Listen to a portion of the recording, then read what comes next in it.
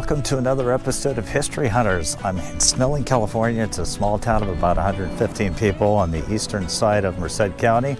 It was the first county seat of Merced, and this is one of the historic buildings that is here in this town, and we're going to show you some unique areas of town that nobody else on YouTube has shown, including the historic Snelling Cemetery. It's a pioneer cemetery. It's not the one in town, but it's the one on a hill outside of town. We're going to show you all about this town on this episode.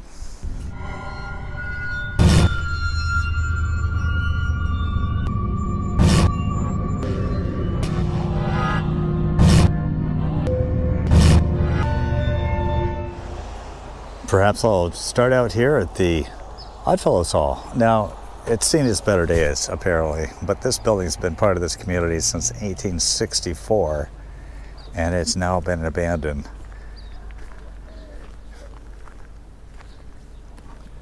It is for sale, actually.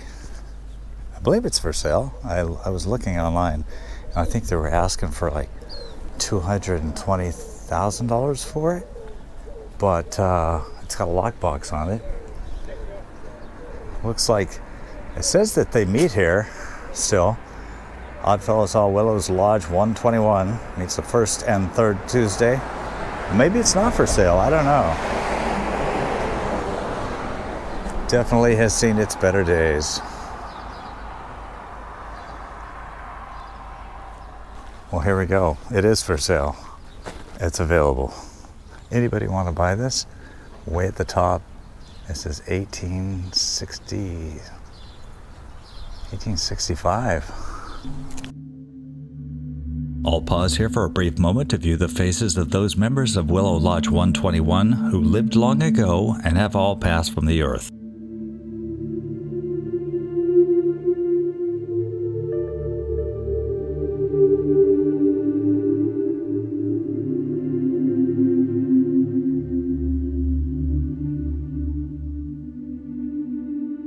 Wow, look at this brick. Like some of it's eroded. Whoever buys this is gonna have to fix it up a little bit. So I just had a driver of a propane tank truck pull in here, circle into this parking lot behind me.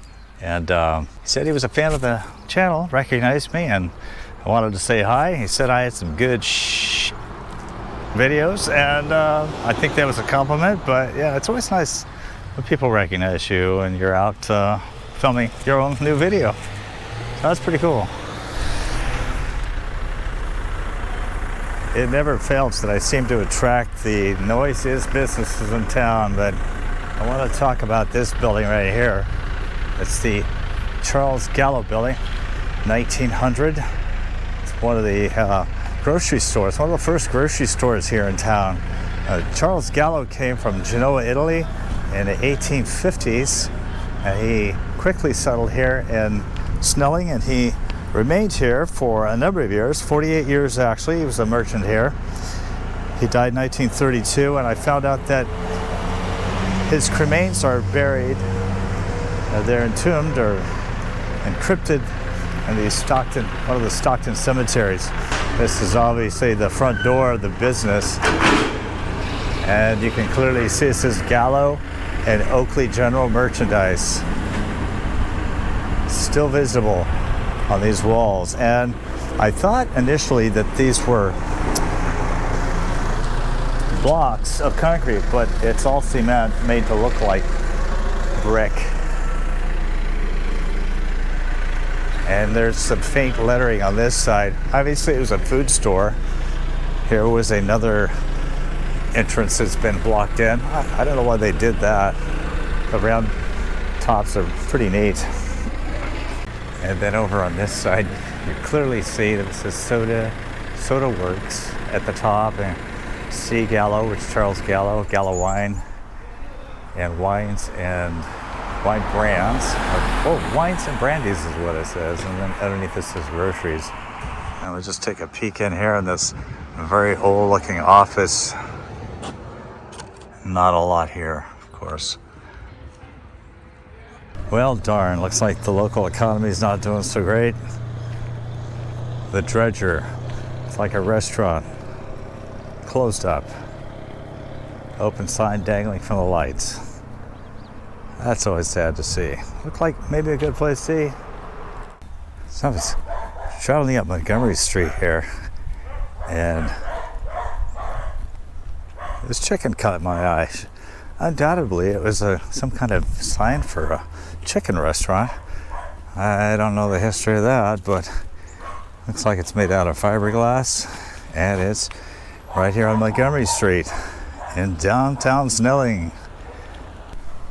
Here at Green Street and Montgomery Street, yeah, looks like somebody's making an effort to restore history. This is a very old house. Looks like it's getting a new foundation, so that's good to see.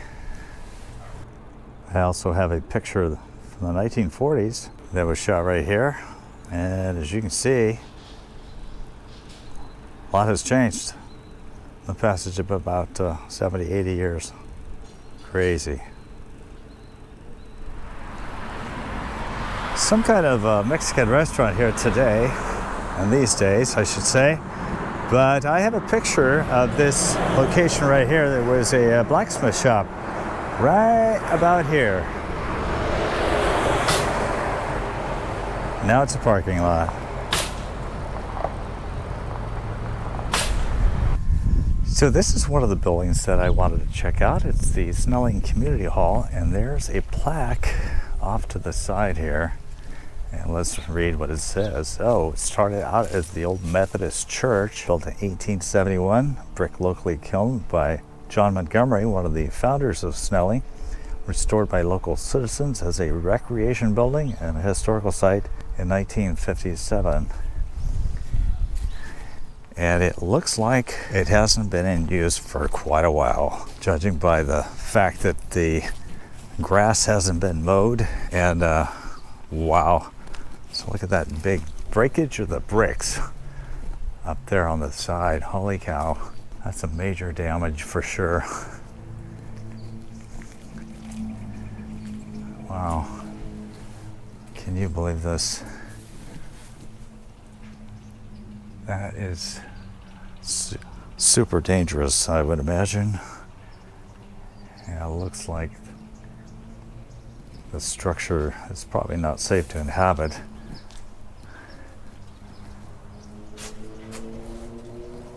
I don't know, let's go on the side and see if there's anything really damaged on this side.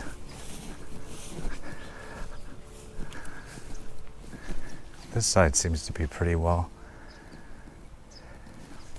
It's always very sad to see historical buildings like this fall into disrepair.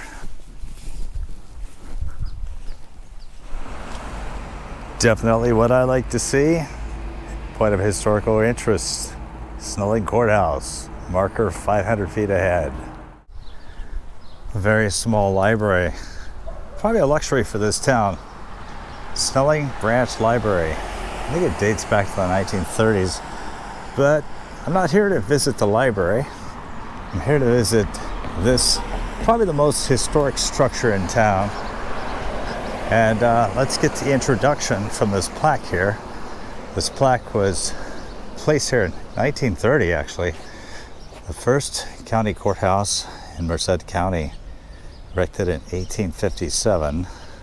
At one time, Mariposa County was like the 6th largest county in California in the 1850s. And in 1855, California Governor John Bigler decided to break it up. I think it contributed to like 8 more counties. It actually was the impetus for the formation of Merced County in Central California. And it wasn't until two years later that they built this structure. Apparently this is the original 1857 structure, the first courthouse in Merced County. And I can't explain to you why it looks like it's got a top floor made out of wood, other than the fact that perhaps it was because this town flooded maybe, and they needed a way to get out of the flooding. I'm suspecting, I don't know that to be the case. But very historic structure. I'm glad it's still here. And if you can You can kind of see here that they use some blocks. That's probably why it's still standing today. They use some blocks, and it's definitely withstood the test of time. And I believe there's a museum upstairs. But this is the historic structure. It looks like some birds have pecked holes in the siding up there. Probably woodpeckers to place their acorns. I'm always pretty happy when they keep historic structures intact and keep them up and keep them around for future generations to enjoy. Yeah, let's go up the stairs. Again, I'm probably not going to see much when I get up to here, but this apparently has been well taken care of. Looks like it needs to be dusted off a little bit. Yeah, there's no looking in. Yeah. Unfortunately, check out the old lock, old doorknob. It's a little bit comforting to see this fire station is right next door to this historic courthouse. So if something were to happen, if it were to catch on fire, I'm pretty sure they would catch it in time.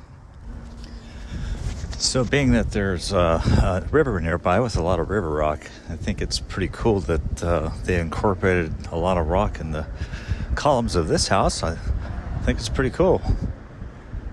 And also driving in, I noticed that the old gas station that's probably 90 years old, it also uses river rock. So if I come all the way north on 3rd Street, come to this property right here. And I don't know if I should hit it or not, but I'm going to go ahead and take my chances. This ties in with the Yosemite Valley Railroad. It came right through Snelling here, and there was a train depot out here. It's no longer here. The Yosemite Valley Railroad. It was constructed in 1905, costing anywhere between $3 and $4 million. And for the first time in May of 1907, park visitors could board a train in Merced and make the 78-mile journey to Yosemite in relative comfort. In later years, the railroad made arrangements with the Southern Pacific and the Santa Fe Railroads to provide through service to Yosemite from San Francisco and Los Angeles. There's no evidence today of the tracks, but the clue is that line of trees over there, which followed the rail line. And the depot was south of the train tracks. Those are not rails, by the way. So it would have been right in this area where the depot was. Now, apparently, that telephone pole over there is our frame of reference because it's actually in a picture that I found of the depot. Same one on 3rd Street. And this street connects to 2nd Street. So in 1938, President Franklin Roosevelt wanted to visit Yosemite like his famous cousin, and he wanted to do it by train. So he boarded the train in Merced. It was a 10-car presidential train, made its way through that line behind me, all the way through Snelling, and made his way to El Portal, where he got off there. He took an automobile tour of the valley and thoroughly loved it.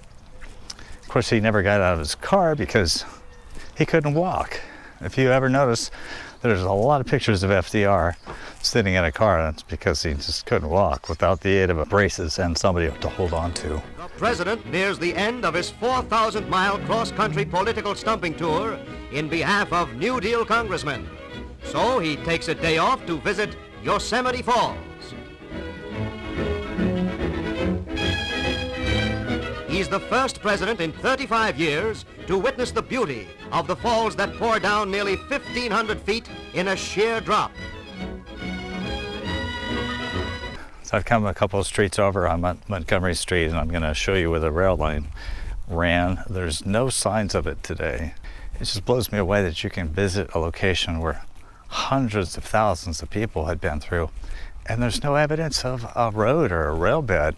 When they finished Highway 140, it became much easier for people to drive themselves to Yosemite, a lot cheaper than the train fare. So that's what happened. Railroads in the country were pretty much devastated by the automobile. So it would have been right through here was the rail line. And off in the distance, way over there, you see those trees? That marks the line in which the rail passed. It would have been right through here on Montgomery Street. So before I head to the historic Snelling Pioneer Cemetery, I'm going to check out this cemetery in town. It's the biggest cemetery in Snelling, 1860, and there's some interesting individuals in here. What makes this cemetery interesting is right next door to a school, K through 8 school, I believe. I wonder what the kids think about being next to a cemetery. This is one of the individuals I wanted to talk about. Charles F. Bludworth. He's actually a native of Baden, Germany, and he drowned in the river attempting to ford the river. And there was another man who drowned with him. It was February 15th, 1881. As you can see, he left behind his wife, who lived another 12 years. This is kind of disturbing. Wonder what happened here. Peter Harder died in 1896, and his wife, Marie, died in 1932. He's not there anymore. And that's creepy. I don't know. This man here had a rich history in this area. John M. Montgomery, born Hardin County, Kentucky, 1816, and he died in 1891. His wife Elizabeth, who died before him in 1883. He built this magnificent house in 1871, which no longer stands, but it was a 21-room mansion that cost $60,000. It had 14 fireplaces. He actually came to Snelling as a pioneer in 1850, 3 years after his arrival in Monterey in 1847, when he crossed the plains on a pioneer oxen wagon team to settle in Monterey until gold was discovered. In 1849, John and Samuel Scott created what would become the first Merced County settlement near modern-day Snelling. I believe he lived up in the Merced Falls area. On this side, we've got Kate and Lizzie, children of John Montgomery. And then there's a Williams over here, native of Snelling. But right over here, I need to find out if this is a son. But here's John A. Montgomery, who lived to be the age of 32. Here's some kids screaming over there. It must be playtime, lunchtime. It always makes me nervous when I see above ground crypts like this, because you never know if somebody popped the lid off and took them out. Hopefully they're inside there. Looks like there's room for a body there and a body over there. And I believe this is Dr. Peter F. Cassidy. There's a reason that I singled him out. He was a native of West Liberty, Kentucky, and he died in Snelling on August 6, 1885. He was 50 years old. He died when he got bit by a spider. Yeah, a good doctor couldn't save himself. And it looks like his wife, Hannah, she died in Pacific Grove in 1931 at the age of 89. Man, what the heck? Obviously this broke, their cement didn't work. Lesperance, native of Canada, 1879, but poor gentleman's marker's been busted up pretty bad. Feels kind of weird creeping up on a school like this, but look at this. Here's a Civil War grave. It's like John Spence, Company G of the 1st U.S. Cavalry. These two children knocked over, bloomed on earth to bud in heaven. Here's another grave that obviously points where he is. Vincent Barnes, died 1888. These are quite popular back in the day. They would have hands pointing toward heaven. This is kind of an interesting name, Rufus Leake. He was born in Griffin, Georgia, 1827, a member of the Willows Lodge of the Oddfellows. Now, if you're from Griffin, Georgia, I'd love to hear from you. I'm going to show you something from the back of the cemetery. You see these trees back here? This marked the rail line, or the Yosemite Valley Railroad. existed. So yeah, there it is, the old rail bed for the Yosemite Valley Railroad. Dignitaries like President Franklin Roosevelt traveled right through here in 1938. That's incredible to me. So when I was coming back here to show you the rail bed, I found a bunch of markers back here, and I'm not sure if if people are buried back here or if they've been tossed aside. Helene Mary Woolston Homie. That's a recent one, 1995. And then there's this one I can't quite read. And this one busted up. And this one of Mr. Murray. This one's all busted up. There's James McCoy, 1906. Back here hidden behind a building. That's pretty disturbing. Walter Cole, born in Worcester, New York, July 24th, 1855, and he drowned in the Merced River on May 15th, 1881. Member of the Willow Lodge of the Oddfellows. At the bottom it says, "We shall meet beyond the river." So as I promised, we are now going to visit the Snelling Pioneer Cemetery. Nobody else has been out here, really. Nobody from YouTube, anyway. And I got some special permission to enter the property. And stay tuned, because there's one individual that has a really fascinating story connected to Joaquin Murrieta.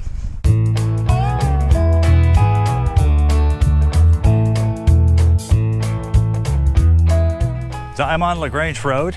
If you follow this road, you go all the way to LaGrange, California, which is another town I want to visit on one of my travels. But earlier I talked about how Franklin Roosevelt and Queen Elizabeth missed each other by about 44 years, and it was right in this location. Queen Elizabeth came to Yosemite in March of 1983. She decided not to fly in by helicopter, but motor all the way from Castle Air Force Base in Merced. That path took her right through here, through Snelling and on the way to LaGrange. I know that because I saw her in LaGrange that day. The Yosemite Valley Railroad came right through here, across LaGrange Road. In fact, I see cracks in the ground, which probably indicate where the rail line was. So FDR came through here on the way to Yosemite and on the way back. And of course, Queen Elizabeth motored through here with Prince Charles in 1983. So that's how I get that they had a near miss of about 4 decades. Now, if Queen Elizabeth had looked off to the right as she was going through here in March 1983, she looked off to the side here and saw these piles of rock, river rock. Now, why are they here? Well, this is the remnants of what the dredge did. These are the dredge tailings. So all this rock actually went through the dredge looking for gold way back, over 100 years ago. And if I don't kill myself, I'll just show you that this is kind of the area north of the river, north of the Merced River. And just tore up this place. You have to move so much rock to find so little gold. And when it doesn't pay off anymore, you just abandon ship. It was time to meet up with Frank Anderson, the ranch owner who volunteered to walk me out to the Snelling Pioneer Cemetery, making sure that his cattle didn't slip through the gates that he opened. They cleaned up the cemetery? Yeah, it was a couple of years ago, though. Yeah, it's that one individual, Bludworth, has fascinated me for years. When I found out he was part of the capture of Joaquin Murrieta. He was the first Sure. sheriff in Merced County. Yeah. You kind of wonder why they put it out here so far. I mean, typically they put cemeteries on hills, but I think you were explaining to me that this is out of the floodplain. Yeah. All these bluffs, the old river channel used to go through here.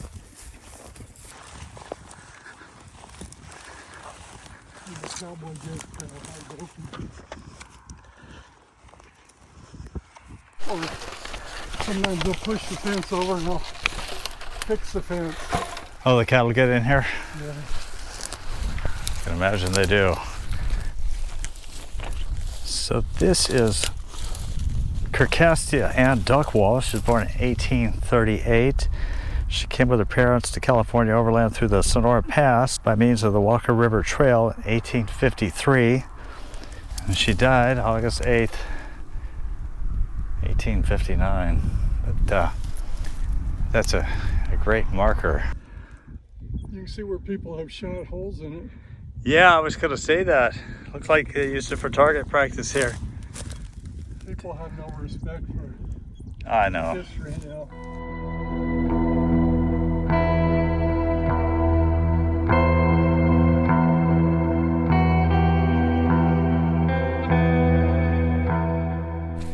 So I need to talk about William Snelling because he wasn't murdered on December 5th, 1858. He was actually murdered in 1857. I think they probably put the wrong date because the new year had flipped over, but William Snelling was born in Christian County, Kentucky in 1821.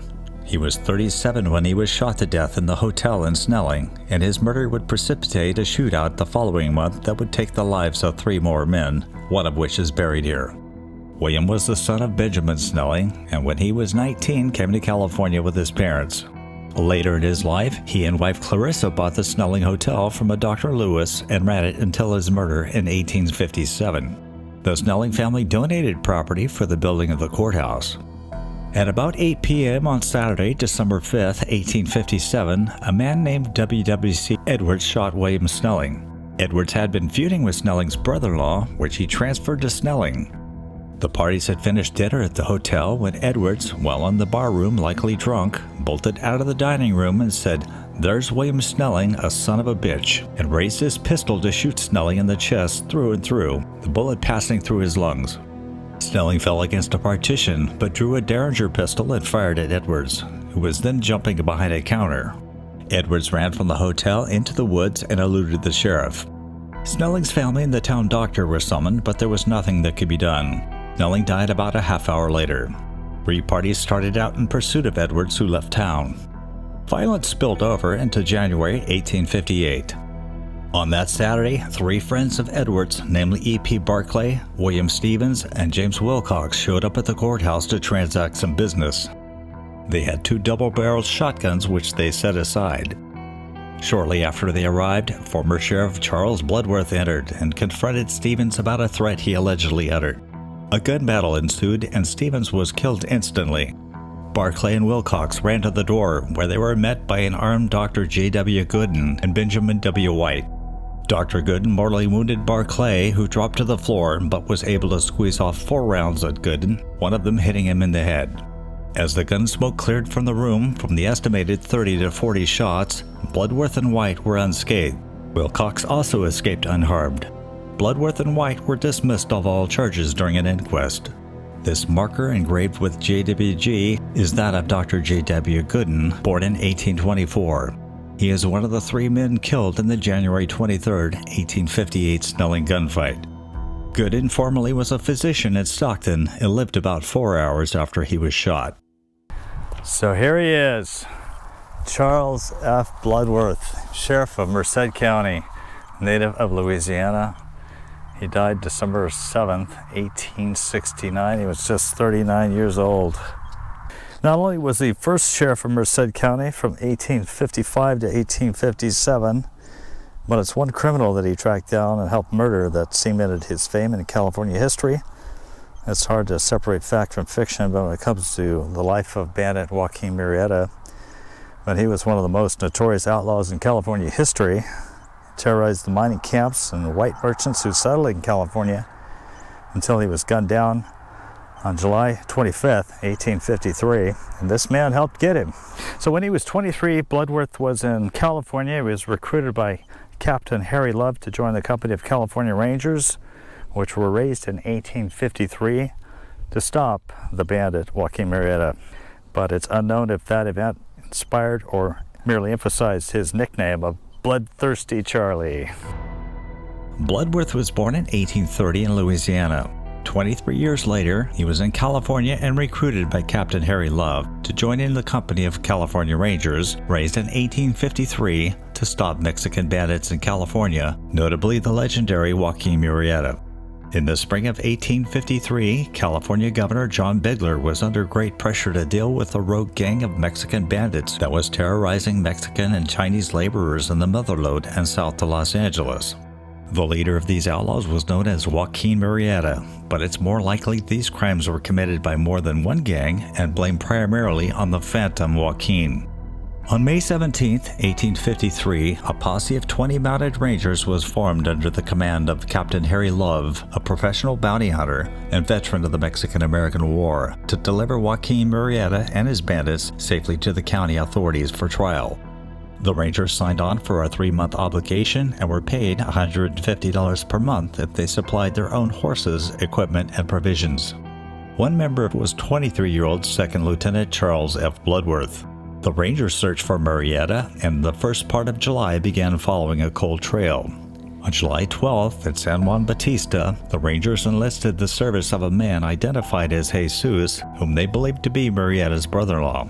As their search of the coastal mountain range stretched on, the Rangers came upon 70 Mexicans tending several hundred head of horses in a canyon called Arroyo Cantua. The Mexicans claimed they were Mustang hunters, but the Rangers found and seized 7 or 8 branded horses that were stolen. If the Rangers had suspected Murrieta at the time, they never let on. Besides, the Rangers were far outnumbered, so they retreated and watched from a camp miles away. When they returned, the Mexicans and their horses had quietly slipped away. On the morning of July 25th, Love's men spotted a column of smoke and rode to a camp now occupied by only 6 to 8 Mexican cowboys. As the Rangers approached, the Mexicans scrambled to their horses and guns. A tense standoff followed. Love began questioning the men as one of the caballeros interpreted. First Lieutenant Bill Burns rode up and identified one of them as Murrieta. The Mexicans scattered and a gun battle ensued. A man who was missing 2 fingers fired 2 shots at Captain Love, one reportedly passing through his hair. The 4 Rangers, including Bludworth, returned fire, killing who they reported to be Three-Fingered Jack, Murrieta's lieutenant. Murrieta took off on his horse, but the Rangers shot the horse from beneath him. Murrieta began running for cover, but was shot and killed. Once the mission was complete, Bludworth settled in the Merced River area near Snelling. He was appointed to a committee that sought to make a separate county from Mariposa County. On April 19, 1855, Merced County was formed by the state legislature, and Bludworth became one of the commissioners charged with establishing an election and naming of civil officers. While Bludworth served as sheriff, he married the beautiful Frances White, granddaughter of Benjamin Snelling. They had 2 daughters and remained married until his death on December 6, 1869. Frances remarried a William Neal. When she died on April 1, 1876, at the age of 35, she was buried with her kin here in Snelling. William Neal, however, is interred in Merced. This inscription into stone mentions the 10-year-old daughter of Sheriff and Francis Bludworth, who was buried here in 1873. The south side of the marker details that Sarah Ann Snelling White is buried in this plot as well. She was not only the eldest daughter of Benjamin Snelling, but she was also the mother-in-law of Sheriff Bludworth. She died October 15, 1852, at the age of 34 or 35. So on this side, the marker says this is Benjamin Snelling, a native of Virginia, died 1853. In 1849, Benjamin Snelling came out to California by wagon train with his 80-year-old mother, wife Frances, and children William, Ben, Charles, and daughter Jemima. They left Missouri in a covered wagon. Benjamin's mother died of cholera about a week into the trip and was buried along the way. Daughter Jemima was 16 and on her honeymoon with her husband, Dr. David Warren. Before the Snellings could reach California, Jemima, a bride of 10 months, gave birth to a daughter on Christmas Sunday, 1849 in Mariposa. Few Americans had entered Mariposa County at the time. What few people there were mostly Mexicans. It's been reported that Colonel John C. Fremont was one of the men who came to see the trail baby, the first white child born in the region. The baby was named Mariposa. Today she is buried in Palo Pinto, Texas. The Snellings arrived on this site on the Merced River between October 23, 1849 and January 5, 1850, almost a full year earlier than most historians say. He and his two sons had a successful ranching business, and he bought a house of entertainment in the town that sprang up and ran it as a hotel. Oh wow, look at this headstone over here. Piece of it.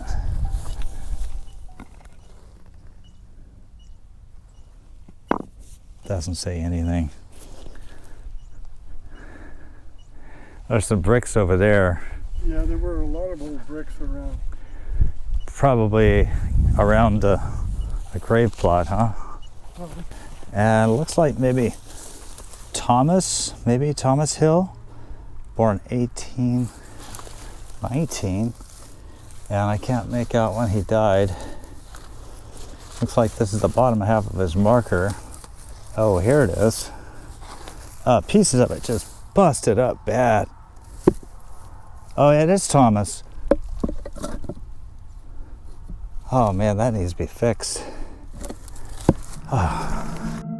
Unfortunately, time is doing its best to wear down the inscription on this grave marker for John Claiborne Thompson, who died at the age of 4 in 1865. Ricardo G. Lambert was born in London, England in 1839. He died at the young age of 31 in 1871. Reportedly, his grandfather married into the Charles Dickens family. Here lies infant Mary Elizabeth Jameson, who was just 2 years old when she died on November 7, 1864. As I was standing in the cemetery just a stone's throw from LaGrange Road, I was reminded that John Muir frequented this area in the late 1860s. Because of letters that he wrote, we know that John Muir traveled between Snelling and LaGrange and tended to sheep in the late 1860s. It's indeed possible that Muir spied this prominent white spire on the hillside and maybe walked over to look at these markers. So from the Snelling Pioneer Cemetery, I want to thank you for joining us on this episode of History Hunters. Hope you enjoyed a fascinating look at one piece of California history, actually, too. So if you could give us a thumbs up and a like and comment, we'd love to hear what you thought about that. It's quite a walk back there.